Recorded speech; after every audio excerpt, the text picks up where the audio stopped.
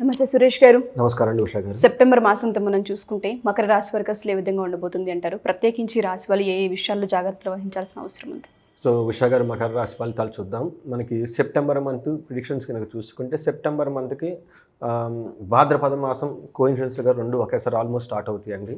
మనకు వచ్చేప్పుడు September 4th నుంచి భాద్రపద మాసం స్టార్ట్ అయిపోతుంది. సో ఈ భాద్రపద మాసంలో మనకు ఫస్ట్ తెలుసుకోవాల్సింది ఏంటంటే భాద్రపద శుక్లపక్ష చవితి మనకేంటంటే చాలా ఫేమస్ ఏంటంటే వినాయక చవితి ఉంది కాబట్టి ఆ తర్వాత 9 రోజులు రాత్రులు కూడా చేస్తారు కదా, పూజ చేస్తారు కాబట్టి వీటికి కూడా మనకు కోయిన్సిడెన్స్ అయిపోయి ఈ మకర రాశి వాళ్ళు కనుక ఈ వినాయక చవితిని పండుగను ఈసారి జరుపుకోవడానికి చాలా అవసరం. ఎందుకంటే వాళ్ళ గ్రహస్థితి ఈ టైంలో కొంచెం అనుకూలంగా లేదు.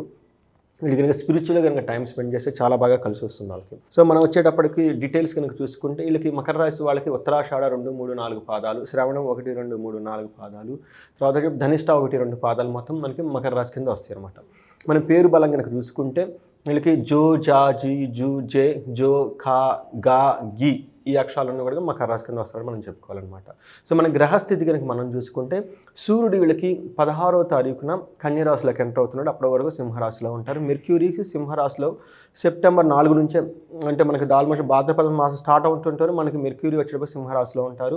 శుక్రుడు వచ్చేటప్పటికి వీళ్ళకి తులారాశిలో 18వ తారీఖున ఎంటర్ అవుతారు. దానికి ముందు వచ్చేటప్పటికి వీళ్ళకి కన్యరాశిలో ఉంటారు. మార్చి వచ్చేటప్పటికి మిథున రాశిలో ఆగస్టు 24 నుంచి మంత్ అంతా వచ్చేటప్పుడు మిథున రాశిలో ఉంటారండి. సూక్ష్మ గోచారం ప్రకారం కనుక చూసుకుంటే వీళ్ళకి మెయిన్ రావాల్సినటువంటి ఈ మకర రాశి వాళ్ళకి ఎక్కడైనా కనుక ధనం కనుక రావాల్సి ఉంటే వస్తాయి అని అనుకుంటే ఆ టయానికి ధనం రాకుండా మెంటల్గా డిసప్పాయింట్ అవకాశం ఎక్కువ ఉంది. ఇది ఒక మేజర్ ఈ మంత్ మొత్తంలో వాళ్ళకి ఏదైనా బాగా హెవీగా అమౌంట్ రావాల్సి ఉంటే అది ఆగిపోయే అవకాశం ఎక్కువ ఉంది.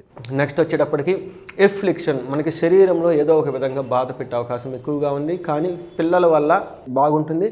ధనం మాత్రం అవసరానికి అందుతుంది. వాళ్ళు ఎక్స్పెక్ట్ చేసినంత రాబట్టి ధనం మాత్రం ఎంతో కొంత అందుతూ ఉంటుంది. వీళ్ళకి వచ్చేటప్పటికి gain from happiness through the wife. So ఇంతకుముందు లాస్ట్ మంత్ అంత అనుకూలంగా ఉండకపోతే వైఫ్ అండ్ హస్బెండ్ రిలేషన్షిప్ ఈ మంత్లో చాలా ఇంప్రూవ్ అవుతుంది. ఓవరాల్గా మకర రాశి వరకు లాస్ట్ మంత్తో కనుక ఆగస్టు మంత్తో పోలిస్తే సెప్టెంబర్ మంత్ చాలా బెటర్గా ఉంటుంది.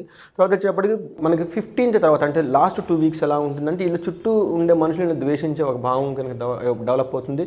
ధనానికి ఎంత ప్రయత్నించినా అనుకున్నంత రాదు. కానీ ఓవరాల్గా వచ్చేటప్పటికి చిన్న చిన్న విషయాలలో డిస్ప్యూట్స్ ఉన్నా కానీ ఓవరాల్గా పర్లేదని మనం చెప్పుకోవాలన్నమాట. మన ట్రాన్జిట్ బట్టి మనం చూసుకుంటే ఎలా ఉంటుందంటే వీళ్ళకి మిక్స్డ్ రిజల్ట్ ఇస్తారు సూర్యుడు. సో ఎక్కడ బాగుంటుంది ఎక్కడ బాగుంటుందో చూద్దాం. ఫస్ట్ వచ్చేప్పటికి ఎక్కడ బాగుండదు, ఎలాంటి విషయాల్లో బాగుండదు అంటే నిందాపరాధ కలహం నిర్దోషచ్చ ధనక్షయ పుణ్యలాభార్థ నాసచ్చ అని చెప్పేసి మన మహర్షులు చెప్పారు.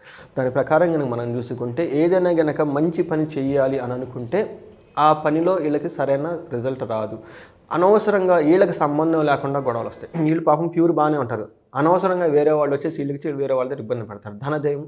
ధనము వ్యయము ఎక్కువగా జరుగుతూ ఉంటుంది. ధననాశం జరుగుతుంది, విచారం కలుగుతుంది, అపాయం, పెద్దలతో గొడవ జరుగుతుంది, అవమానాలు, బంధువులతో విరోధం వచ్చే అవకాశం ఎక్కువగా ఉంది. దృష్టి ప్రకారంగా మనం చూసుకుంటే వీళ్ళకి ఏ విధంగా సూర్యుడు మంచి చేస్తున్నాడంటే ఓవరాల్గా చూసుకుంటే మంచి ఆరోగ్యంగా ఉంటారు, నిత్యం సంతోషంగా ఉంటారు, బంధుమిత్రులతో కలిసి ఉంటారు, ధనలాభం ఉంటుంది, సంతాన సౌఖ్యము, ఇష్టమైన కోరికలు తీర్చుకోవటము. సో కొంచెం అటు ఇటు అయినా కానీ శత్రుల పైన ఓవరాల్గా వాళ్ళతో గొడవ పడినా కానీ పై చెయ్యలదే అవుతుంది. సంసార సుఖము, ధైర్యము, ఉద్యోగంలో అభివృద్ధి ఉంటుంది. ఇంతకుముందు మనసు పరిస్థితి ఓవరాల్గా బాగుంటుందని మనం చెప్పుకోవాలి. అంటే సూర్యుడు వీళ్ళకి మిక్స్డ్ రిజల్ట్ ఇస్తున్నారు అని చెప్పుకోవాలి మనం. అదేవిధంగా కుజుడు వచ్చేటప్పుడు వీళ్ళకి ఈ మంత్ అంతా వీళ్ళకి సరిగా సహకరించరు. పర్టికులర్గా శరీరానికి సంబంధించి ప్రాబ్లమ్స్ ఉంటే వాళ్ళకి హెల్త్ రిలేటెడ్ ప్రాబ్లమ్స్ కానివ్వండి, బంధువుల వల్ల ఇలాంటి భార్యల వల్ల యక్ష రాక్షస పీడలు అనవసరంగా లేచేటప్పటికి హెల్త్ బాగోకపోవటం, నీరసంగా ఉండటం, వర్క్ అటెండ్ అవ్వకపోవటం ఈ టైప్ ప్రాబ్లమ్స్ వచ్చే అవకాశం ఎక్కువ ఉంటాయి. పనులు కావు, మాట పట్టింపులతో పై అధికారులతోటి ఉన్నతాధికారులతో గొడవ పడే అవకాశం ఎక్కువగా ఉంది. వివాదాలు, వాహనాల వల్ల గాయాలయ్యే అవకాశం ఎక్కువగా ఉంది. అదేవిధంగా 9వ ఇంట్లో ఉండటం వల్ల కూడా ఏమవుతుందంటే సరిగ్గా అన్నం తినకపోవటము, ఒళ్ళు నొప్పులు, స్థాన భ్రష్టత్వం, ద్వేషము, వృధా ప్రయాణాలు, అనవసరంగా ప్రయాణాలు ఖర్చులు పట్టము, ఫంక్షన్కి అటెండ్ అవ్వటము, వృధాగా అటెండ్ అవ్వటము, దానివల్ల అతనికి సాటిస్ఫాక్షన్ లేకపోవటం, ఆర్థికంగా నష్టము ఇవన్నీ జరుగుతుంది అన్నమాట. టోటల్గా ఏంటంటే కుజుడు వీళ్ళకి సరిగ్గా సహకరించట్లేదు. సూర్యుడు వచ్చేటప్పటికి మిక్స్డ్ రిజల్ట్ ఇస్తూ ఉన్నాడు అనమాట. సో వీళ్ళకి శుక్రుడు అన్నది మోస్ట్ ఇంపార్టెంట్ ప్లానెట్ కూడాను వీళ్ళకి మిక్స్డ్ రిజల్ట్ ఇస్తూ ఉన్నారని చెప్పాలన్నమాట. వీళ్ళకి ఎక్కడ బాగున్నాయి అంటే తృతీయంలో ఉండటం వల్ల మిత్రుల వల్ల లాభము, గౌరవము, వృద్ధి, చక్కగా ఏదైనా మాటలు చెబితే ఫ్రెండ్స్తో వాళ్ళు వినటం, వీళ్ళకి రెస్పాండ్ అవ్వటం, ఫ్రెండ్స్ నుంచి వీళ్ళకి సపోర్ట్ రావటం, టోటల్గా వచ్చేటప్పటికి ధనంగా వస్తుంది, అవసరమంత ధనం అయితే వస్తుంది. ప్లస్ 4వ ఇంట్లో ఉండటం వల్ల స్త్రీలతో మాట్లాడటానికి ఆసక్తి చూపిస్తారు. తర్వాత పుత్రమిత్ర కళాత్ర బంధువులతో సంతోషంగా ఉంటారు, విద్యాఘోషలు చేస్తారు, విందు వదులుతూ ఉంటారు.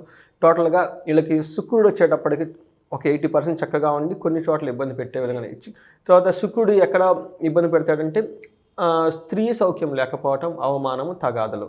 సో విద్యాగంలో లాభం కలుగుతాయి, వివరంగా ఉంటాయి. టోటల్గా శుక్రుడు వచ్చేటప్పటికి ఒక 80% మంచి చేస్తున్నాడు. ఇలా 3 ప్లానెట్స్లు ఇవే చేయట్లేదు అనమాట. మనకి అంగగోచారం ఉందండి. ఈ అంగగోచారం కనుక నక్షత్రం ప్రకారం కనుక చూసుకుంటే ఉత్తరాషాఢ నక్షత్రం వాళ్ళకి వస్త్రలాభం చూపిస్తుందండి. ఎక్కడికైనా ఫంక్షన్కి వెళ్తే వీళ్ళకి బట్టలు తీసుకునే అవకాశం, షాపింగ్కి వెళ్ళే అవకాశం, ఇదంతా నగలు అవన్నీ కొనుక్కునే అవకాశం ఎక్కువగా ఉంది. తర్వాత మంచి ఇన్సిడెంట్స్లో, ఫంక్షన్స్లో పార్టిసిపేట్స్ అవకాశం వీళ్ళకి వస్తుంది.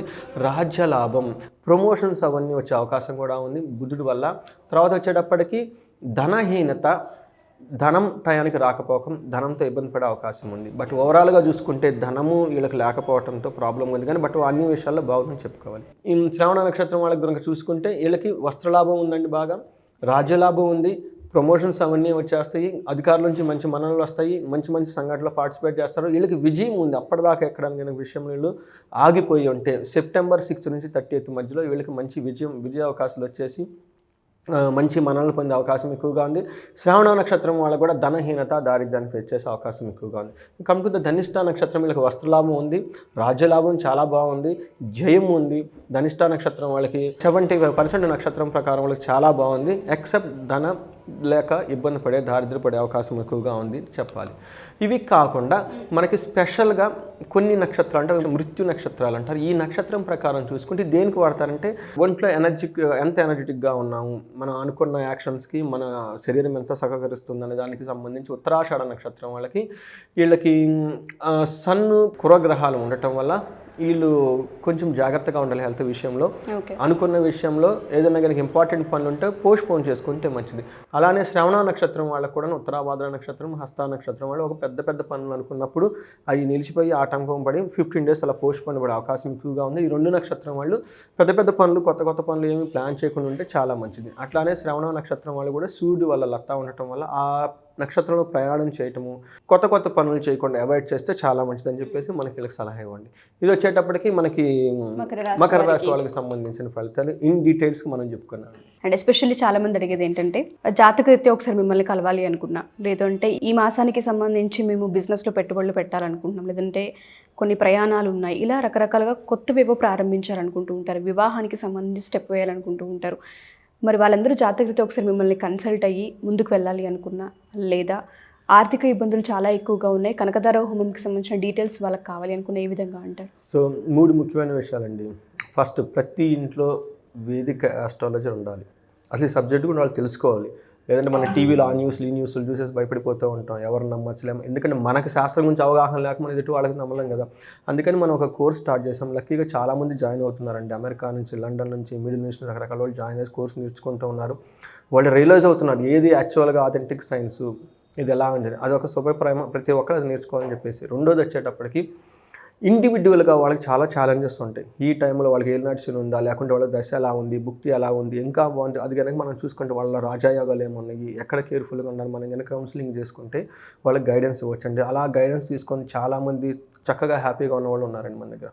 మూడోది వచ్చేటప్పటికి అన్ఎక్స్పెక్టెడ్ ప్రాబ్లమ్స్లో ఉండి ఎక్కడో ఇరుక్కొని పోయి ఉంటారండి. తర్వాత పర్టికులర్గా ధనానికి సంబంధించి రాకుండా డబ్బులు ఆగిపోవటం, లేకుంటే గ్రోత్లో రాకపోవటం, ఎంత కష్టపడినట్లే ఉండటము, లేదంటే వివాహం కాకుండా చాలా తీవ్రంగా ఇబ్బంది పడటం, లేదంటే కొంతమంది వివాహం బ్రేకప్ అయిన వాళ్ళు కూడా ఇలా ఉంటారన్నమాట. ఇలాంటి వాళ్ళకి మనం కనుక కన్సల్ట్ అయితే వాళ్ళకి మనం తప్పకుండా హెల్ప్ చేయొచ్చు అనమాట. దోషాలు ఏమైనా దోషానికి సంబంధించిన పరిహారాలు అవన్నీ చేసేసి హెల్ప్ చేయొచ్చు. అలానే కనకదారం మీరు చెప్పినట్టు ఆయుష్, ఆరోగ్యం, ఐశ్వర్యం అంటారు. ఐశ్వర్యం ఎవరికైనా కావాలనుకున్న వాళ్ళు కానీ ఇలాంటి మనకి ఈ ప్రోగ్రామ్కి అటెండ్ అయితే వాళ్ళకి మనకు దాని ద్వారా మనకి హెల్ప్ చేయొచ్చు అండి.